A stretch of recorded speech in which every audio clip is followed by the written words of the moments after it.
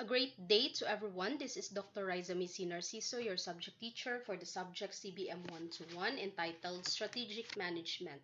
After discussing the strategic implementation, we will now be proceeding to strategic control, which is vital since this is where we are able to assess the effectivity of the strategy being implemented. In this section, the most essential terms relevant to the study of strategic control and to demonstrate Ulo B will be operationally defined to establish a common frame of reference as you encounter these terms. Specific discussion per topic shall be provided in the later part to help you understand more about the scope in studying this course. Let us start with the term strategic control, which refers to the monitoring and review of an organization's strategic management of purpose, organization, and strategy.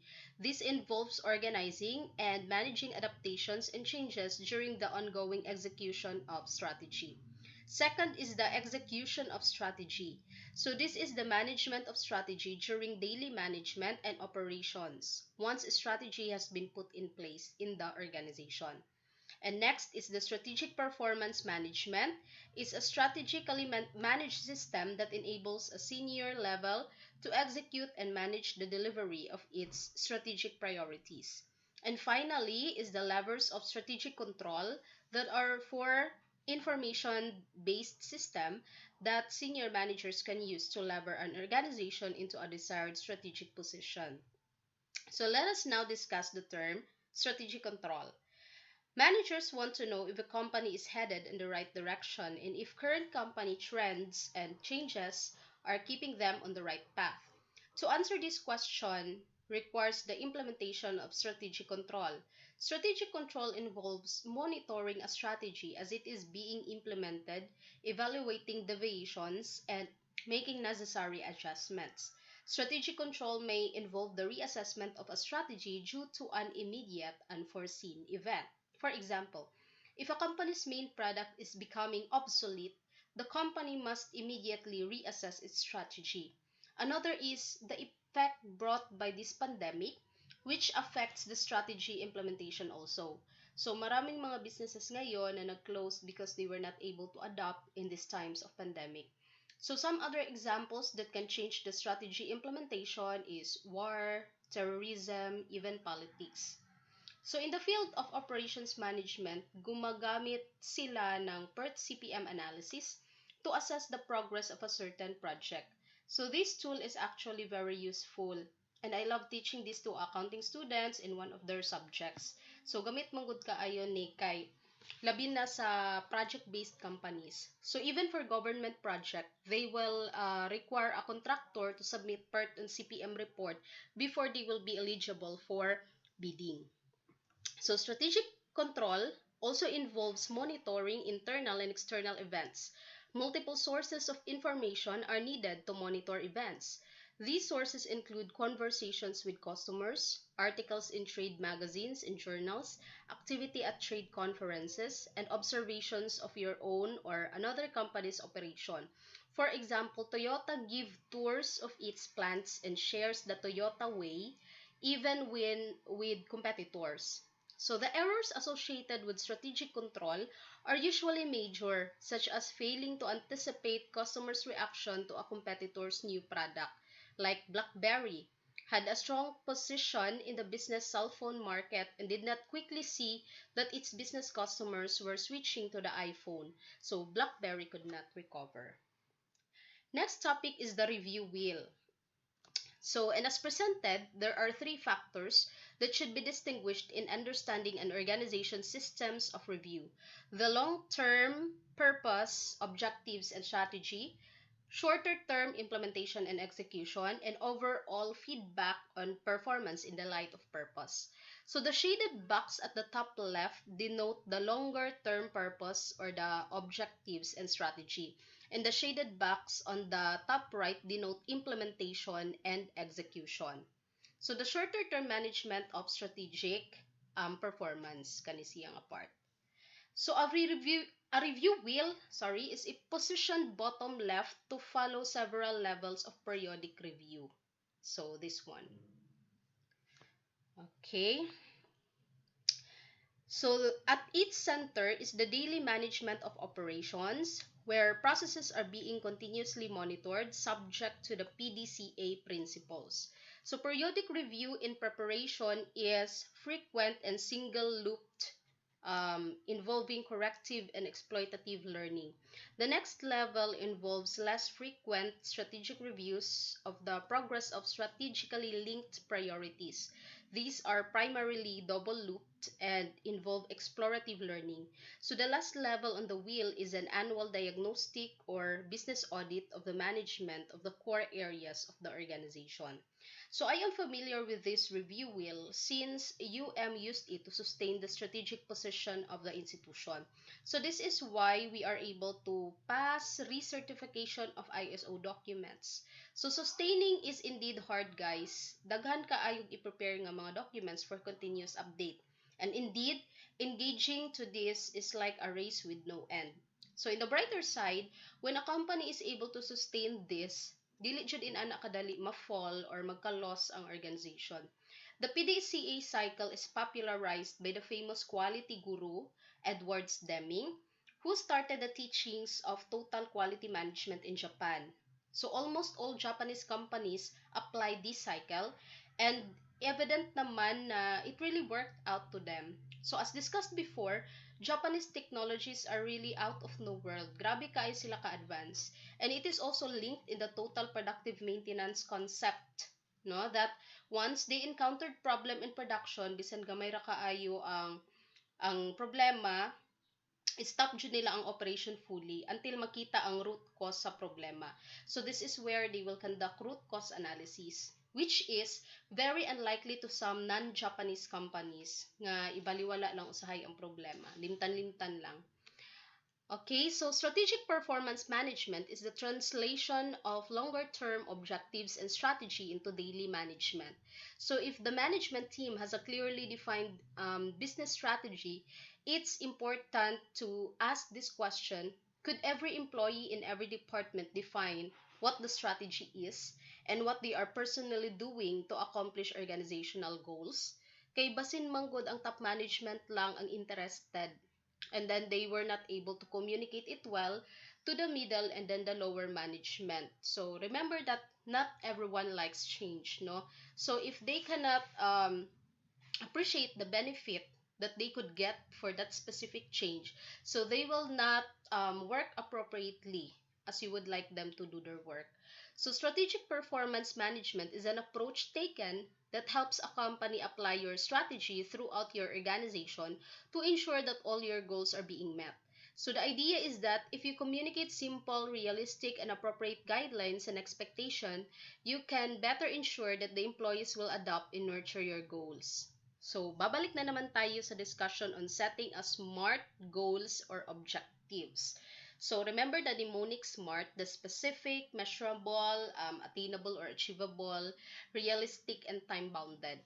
So, successful performance management is always powered by research. The information drawn from this research can help a company craft better goals and carry out its purpose. Research and development is the commonly taken for granted department or function in every company indeed. Maraming hindi nakaka-appreciate nito. Some would think nga dungag ra sa gasto sa company, no? Pero if research was practiced appropriately and correctly, so it can bring a difference in your organization indeed. So strategic objectives are passed into operational management as medium-term plans, which are developed as annual KPI or key performance indicators, targets to use in process management. So I think we already are done discussing this part during our VC. I also showed you how it was applied in Tagum College, and I hope you can still remember it. And finally, towards the end of the cycle, the progress and the management of strategic objectives are reviewed, and the lessons are used to inform the refocusing of the objectives for the next turn of the cycle for the following year. So this leads to the discussion of the FAIR cycle, starting with F, the focus. So the primary participants in the focus phase of the cycle are senior managers who are part of a team typically composed of departmental and functional heads. So the first concern is to establish the operational needs of departments. So the aim here is to ensure that the core ideas of the organization are working to maximize value.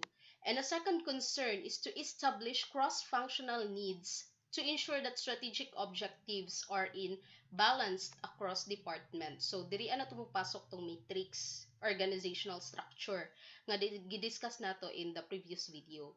So these are shown grouped on the left-hand side of the figure as balanced scorecard activities. So KPIs are developed by the senior management team, which addresses both the customized needs of the departments in creating value and the cross-functional needs of the organization strategy. The KPIs are used in daily management to drive continuous improvements. So lastly, the senior management team selects a small number of annual strategic objectives which serves as the overall priorities for bringing about a degree of innovatory change that would not otherwise be accomplished through routine management. So in this case, usually, ang company will be proposing a project since project is not routine management or non-routinary. So projects are useful in order to redirect or successfully implement the strategy being set. Their purpose is to encourage exploratory organizational learning, and as they are typically ambitious and ask an organization to rethink its existing organizational routines, so iba kasi if routinary masyado ang activities sa company. Sometimes an organization must take a different means to do its business para mag-grow and develop, as well as ang mga employees working thereby contributing to organizational success.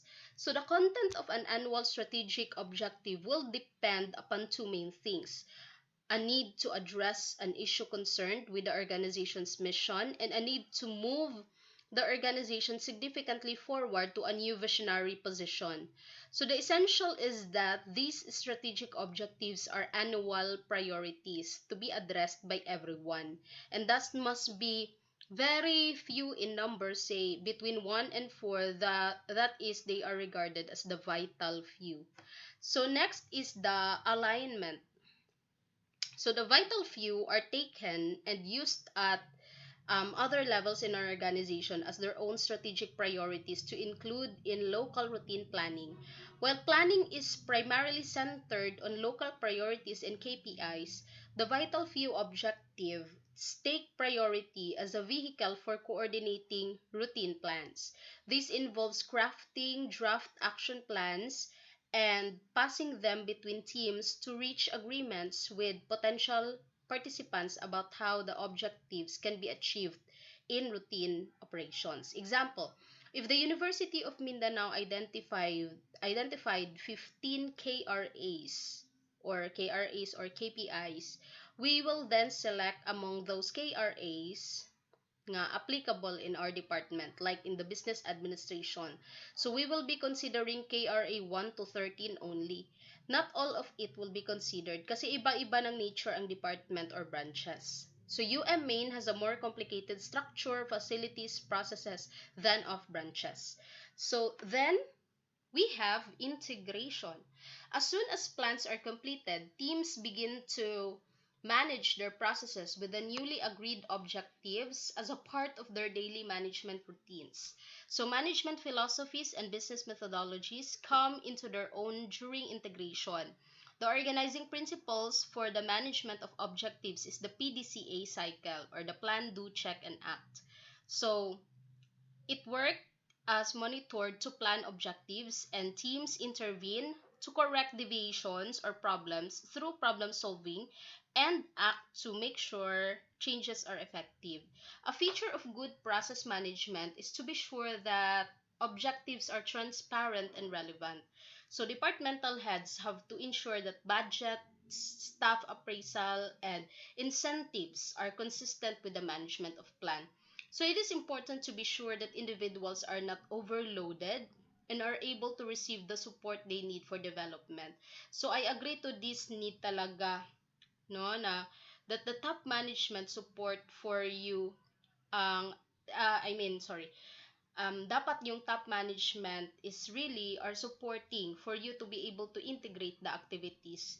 And example, if part of your strategy includes benchmarking, So, dapat supportive ang company nga magasto og certain amount na mapadala ang employee to companies for observation, which includes but not limited to, example, airfare, allowances, etc. And then lastly is the review phase. The review phase of the annual fair cycle systematically involves the participation of the top executives and senior manager level in an audit of how the core ideas of an organization are being managed in relation to strategy and purpose. This activity goes under various names. The most common are executive audit and president's diagnosis.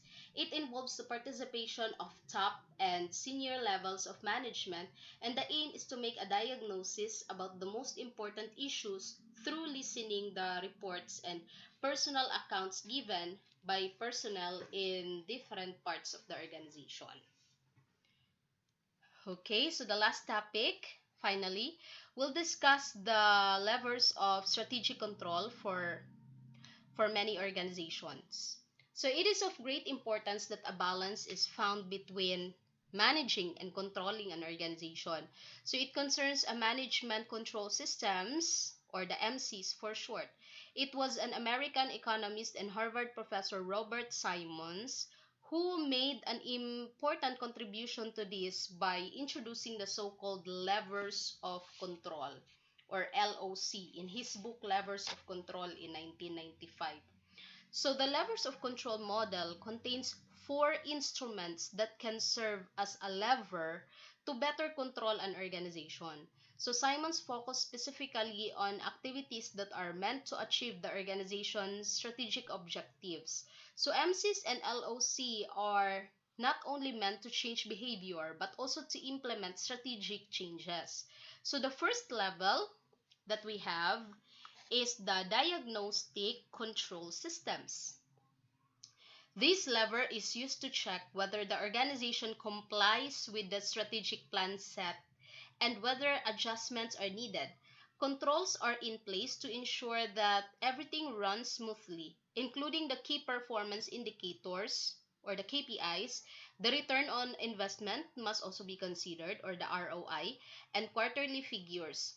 So formal information-based routines and procedures are in place to maintain and or change organizational activities. So by means of budget and project management system, managers are made responsible and monitored on the output of their departments and division. So each management layer knows which requirements need to be met, and good performance is rewarded and control is clear. Then is the interactive control system. These are formal consultations with the aim to come up with new ideas and strategies. The focus is on innovation to potentially address strategic uncertainties and to change the strategy. This lever is the result of the permanent communication between the top management and other management layers. So in this way, each hierarchical layer knows what is going on and whether the chosen strategy is still being followed. The organization can respond successfully to changes by being alert to the environment.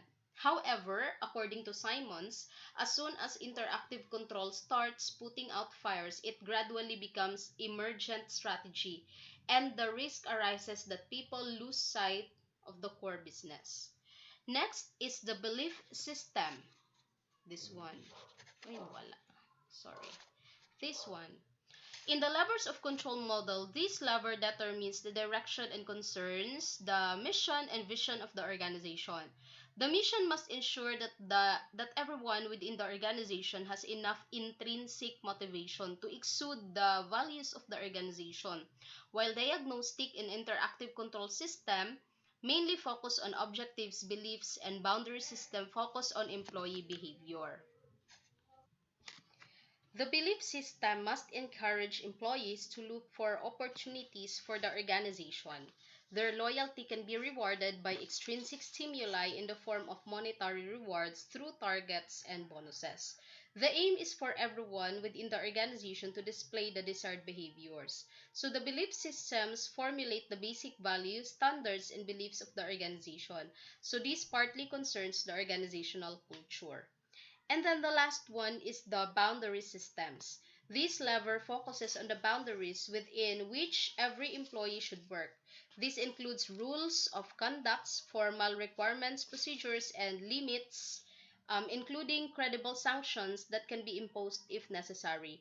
All these formal standards limit the behavior of organizations and guide them. This concerns all kinds of codes of conduct that can differ from one organization to another. Think of it, for example, the legal and ethical guidelines or the codes of conducts are guidelines for preventing unacceptable behavior. All employees also need to know which privacy sensitive client information they may or may not share. So in summary, the entire levers of control framework is based on finding the right balance within an organization. These includes rules of conduct, formal requirements, procedures, and limits, including credible sanctions that can be imposed if they are exceeded. So most of it is or can be seen in the HR manual or other manuals that are available in the company, no. So mas klaro man jud nang naatay specific nga rule or policy about certain things than wala. So to avoid chaos. See this practical example for this lever as applied. So a large insurance company focuses on clear business processes. This is logical because procedures and regulations are determined by legislation. Well-trained and knowledgeable employees are employed at every level. The culture is result-oriented, and the levers of control framework for all four levers will be as follows. So in terms of diagnostic control system, the insurance company is focused on making a profit and keeps a close eye on whether it works according to qualitative standards. So the organization is audited by the government, which is true, and has to work according to imposed standards and legislation. So dapat gina-follow jud tong standard nga procedure. So if too much emphasis is placed on this, balance is lost. So for interactive control system, this plays a major role. The external environment is changing rapidly and leading to different legislation. Technology is also becoming more and more important, with the result that a lot of work on an operational level will be taken over by automation. Then the belief systems. Every employee knows what the company stands for and communicates this to customers. So when jobs are put at risk by automation, there is a chance that employees are less motivated and no longer act as a true representative of the organization. And lastly is the boundary systems. All policies and procedures that employees are required to adhere to include legislation set by the insurance company. Nevertheless, they are also required to maintain confidentiality with regards to customer information. So as soon as the organization implements automation but does not pay sufficient attention to the interest of the employees, the rules of conduct are jeopardized and there is a chance that employees won't take it seriously. So that is why there should be a balance, no? For the benefit of the company, and also we must also take care of the internal customers. And the commonly taken for granted customers that we have is the internal one, which are the employees. So there should be a balance. So for the benefit of the company, benefit of the employees, and then the other stakeholders. So that's it for this unit, and stay tuned for the last video that I'm going to upload. So thank you and God bless.